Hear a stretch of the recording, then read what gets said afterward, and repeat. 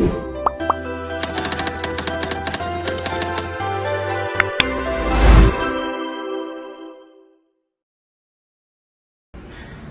mulai kan?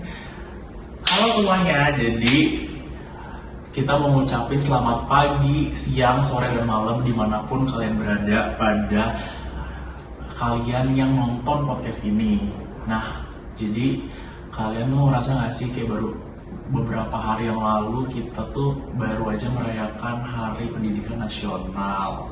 Nah, seperti kita tahu, pendidikan itu adalah sesuatu yang sangat penting banget, apalagi untuk menaikkan kualitas hidup kita, karena salah satu yang membentuk kita adalah lingkungan dari orang-orang yang terpelajar. Nah, aku yakin banget nih, pasti dari kita tuh masih inget dong sama penghapusan UN di tahun 2019 silam.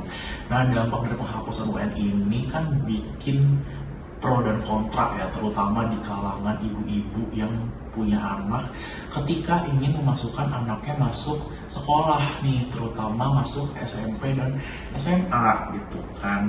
Tapi kali ini bakal menarik banget karena kita akan membahas dampak nyata dari penghapusan UN dan dalam proses penerimaan siswa baru begitu. Nah, karena sekarang ini kan kita menggunakan sistem yang baru, salah satunya itu adalah sistem domisili berdasarkan tempat tinggal. Nah, untuk pembahasan lebih lanjutnya kita akan ketemu sama narasumber kita yang kece-kece banget. Ada Josika, Zeva, Lulu, dan juga Helena. Nah, sebelumnya aku mau ngucapin selamat datang di podcast kita. Jadi mungkin untuk pertanyaan yang mungkin sebelum kita mulai, boleh nih dari penyaji dari Nisa untuk menjelaskan gitu tentang penghapusan ujian nasional ini meningkatkan kualitas atau justru meningkatkan kualitas atau justru menurunkan standar. Boleh nih Nisa. Oke, baik, terima kasih Farel. Menurut saya penghapusan ujian nasional sebenarnya ini berkaitan dengan perubahan fungsi evaluasi dalam pendidikan.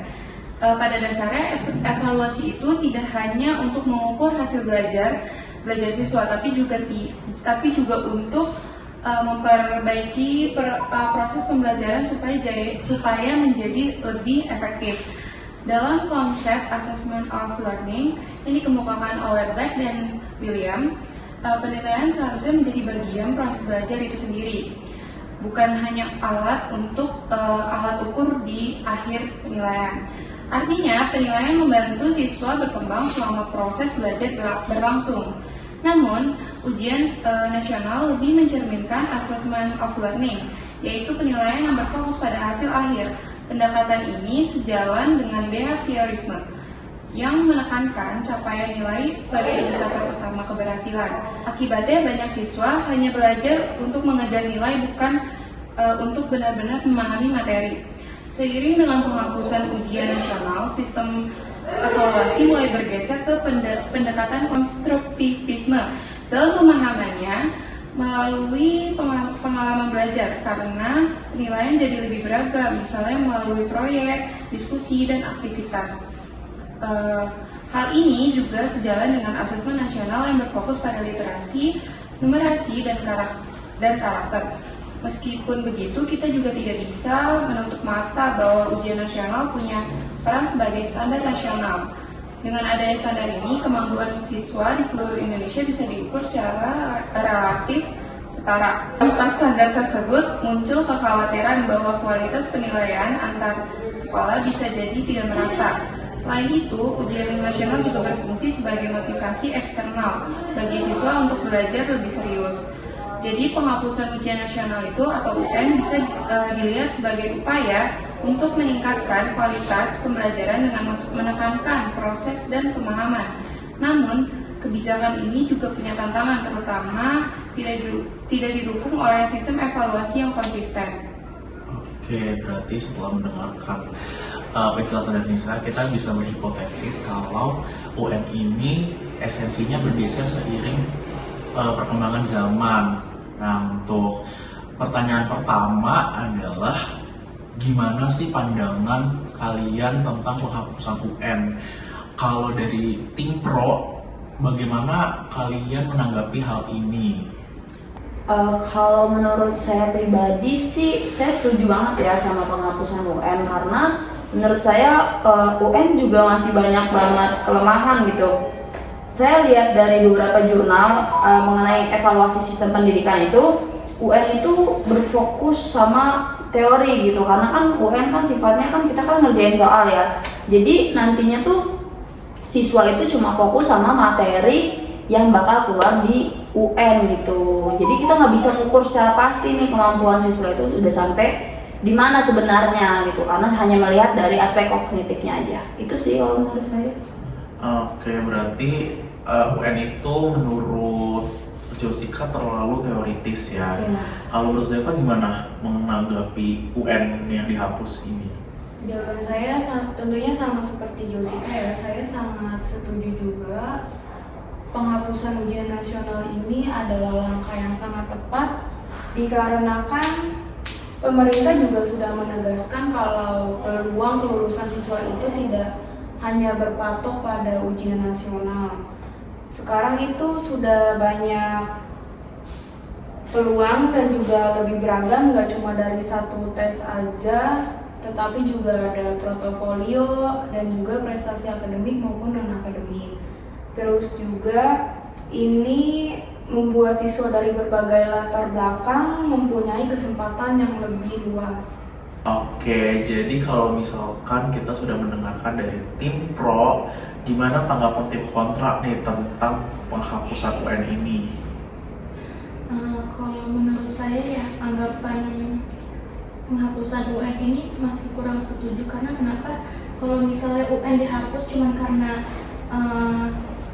nantinya siswa untuk mengukur hafalan aja, itu kurang tepat. Karena nanti kalau UN bakal dihapus tapi budaya kita itu masih menghafal saja, itu masih tetap berputar di situ-situ aja kan, nggak ada perubahannya juga. Nah, bahkan nanti UN kalau dihapus itu bukan menyelesaikan masalah sampai ke akarnya aja, tapi itu cuma memindahkan atau menukar masalah, bukan untuk menyelesaikan masalahnya itu. Nah, kalau untuk soal keadilan seleksi jalur masuk itu yang terdengar ideal atau adil itu masih kurang nyata, karena nyatanya ini masih ada ruang bias yang kecurangan gitu kan, masih suka ada gitu. Contohnya apa? Ada nilai yang suka dikatal oleh gurunya, terus juga standar sekolah yang terlalu tinggi, terus juga nantinya ada siswa yang memang hanya memiliki kemampuan di non akademiknya saja. Jadinya nanti takutnya siswanya ini yang dari sekolah tertentu ini mendapatkan yang dapat diuntungkan tanpa benar-benar memiliki keahlian di bidang tersebut gitu sih. Oke, berarti kalau kita udah mendengarkan dari Helna, berarti kita lanjut ke Lulu nih. Iya. Jadi menurut saya sih benar juga ya.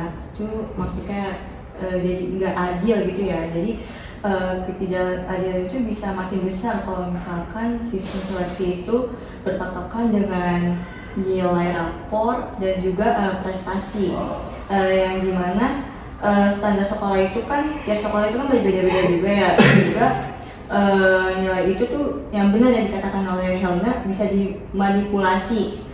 Nah, selain itu kan siswa itu misalkan dengan fasilitas yang lebih lengkap itu kan lebih diuntungkan juga, karena kan dia belajar juga lebih nyaman dan lebih mengerti lah. Terus misalkan walaupun UN-nya itu nanti walaupun UN itu punya kekurangan juga, setidaknya itu jadi patokan yang sama gitu. Jadi yang penting itu adalah menjaga sistem itu tetap objektif, transparan dan juga adil dengan standar dan pengawasan yang tepat. Oke, berarti kita berarti kalau misalkan dari pendapatnya Lulu yang paling penting itu adalah pengawasan ya. Yes. Nah, berarti kan kita tadi sudah membahasnya tentang pergeseran relevansi ujian nasional di era sekarang. Nah, jadi kalau menurut kalian apakah penghapusan UN itu dengan menggantikannya seperti jalur-jalur yang ada sekarang, salah satunya adalah jalur domisili, afirmasi, dan juga prestasi, itu sudah cukup untuk membuka kesempatan kepada semua siswa dari berbagai latar belakang? Dan apa dampak nyatanya dari sistem seleksi yang baru ini? Kalau yang dulu kita memakai UN, nilai UN gitu. Kalau dari tim Pro gimana menanggapinya?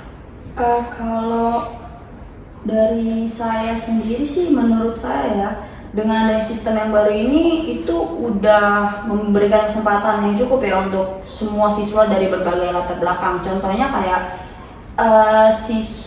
jalur afirmasi dan zonasi atau domisili itu tetap ngebuka kesempatan gitu untuk mereka mencapai atau mereka masuk ke sekolah impian mereka gitu, walaupun mereka berada mungkin dari keluarga yang kurang, tapi mereka tetap punya kesempatan itu untuk mencapai ke sekolah yang mereka impikan gitu. Terus juga menurut saya ya, kalau dibilang apa dampak nyatanya, mungkin dampak nyata yang terlihat saat ini ya pemerataan gitu, pemerataan pendidikan Indonesia.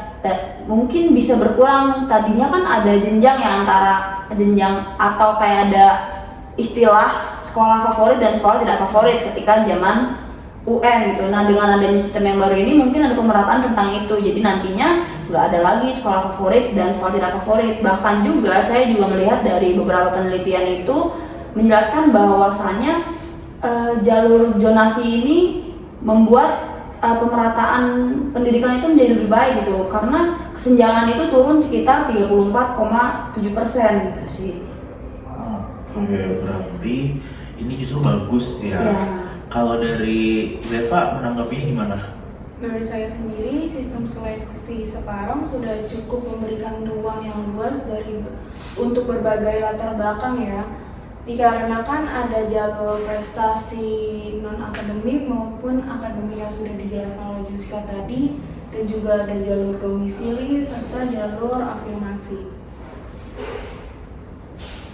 Dampak nyatanya yang sudah dirasakan saat ini adalah kesempatan jadi lebih luas, dan juga siswa tidak hanya dinilai dari satu aspek saja, tetapi dari keseluruhan selama dia bersekolah. Oke, berarti penilaian itu nggak hanya satu aspek aja, jadi multi aspek. Kalau dari tim kontra sendiri, apakah kalian memiliki argumentasi yang lain? Kalau saya mendengar dari tim pro sendiri, memang jalurnya kan banyak ya, tapi aksesnya ini masih belum adil atau belum rata. Kenapa? Masih ada jalur prestasi yang masih menguntungkan hanya yang punya fasilitas saja. Untuk yang jalur yang kedua itu afirmasi. Contohnya afirmasi ini masih suka banyak kesalahan sasaran atau salah memberikan untuk ke siswa-siswa lainnya. Dan juga pada jalur zonasi ini belum menjamin kualitas sekolah yang benar-benar merata. Jadi kalau ditanya apa dampaknya, itu ketimpangan itu pasti ada, seperti munculnya manipulasi nilai, terus juga pindah kakak, dan ini dari dampak tersebut siswa ini malah jadi lebih fokus ke celah sistemnya dibanding untuk mengembangkan kemampuannya sendiri gitu. Oke, berarti lagi-lagi yang menjadi celah adalah kebijakan itu sendiri untuk melakukan kecurangan. Kalau dari Lulu, tanggapannya gimana? Oke, saya sih benar ya di dalam Helga.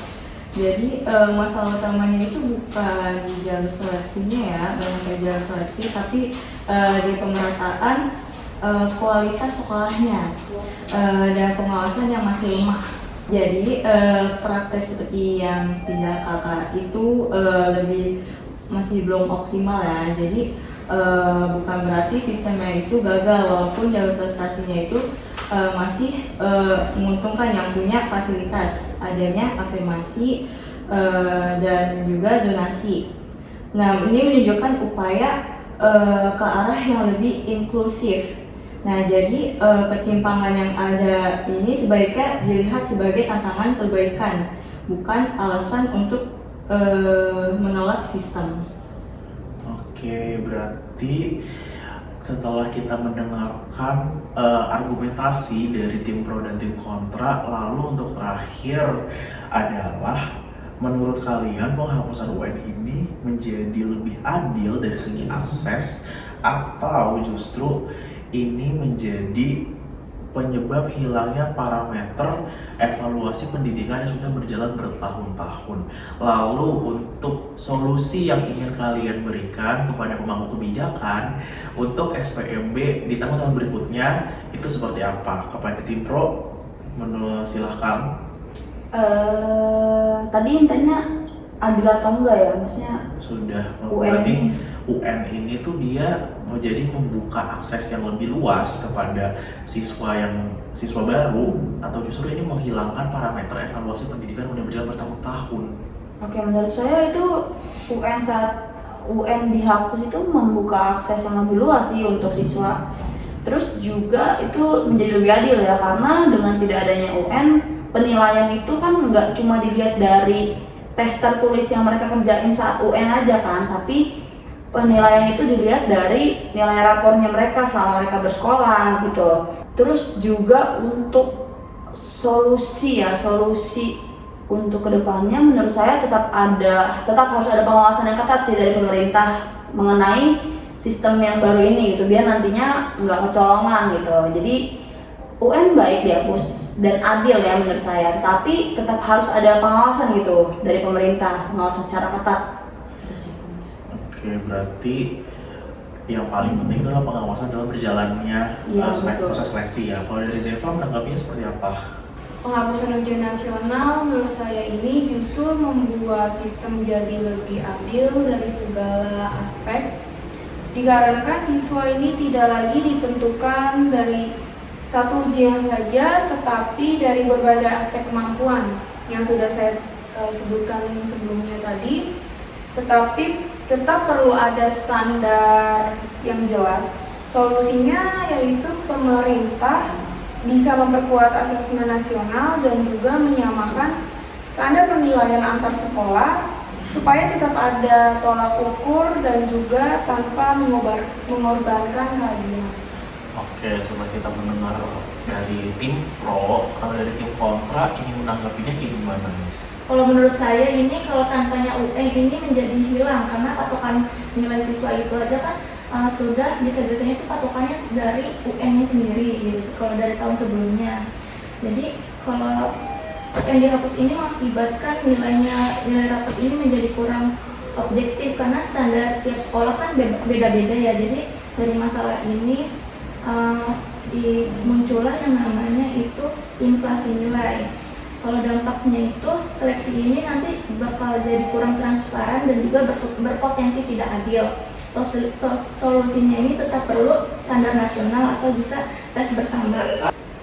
Untuk dampaknya ini seleksi ini menjadi kurang transparan dan juga tidak adil.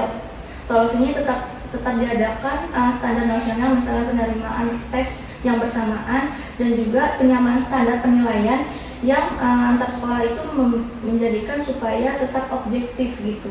Oke, berarti kalau misalkan kayak gitu tuh solusinya adalah mengadakan tes tertulis secara real time gitu ya. Kalau dari dulu menanggapi gimana? Kalau menurut saya sih setuju ya yang dibilang Helga. Jadi tanpa standar nasional yang jelas, nilai antar sekolah itu jadi sulit dibandingkan secara adil. Jadi ini bisa menyebabkan inflasi nilai yang dikatakan oleh Helga dan juga membuka peluang manipulasi nilai. Nah, akibatnya seleksi ini jadi kurang transparan dan juga berpotensi tidak adil gitu. Jadi tetap perlu namanya tuh acuan nasional dan juga pengawasan yang lebih ketat lagi. Oke, jadi kita udah dengerin dari kedua belah kubu, mulai dari kubu pro dan kubu kontra.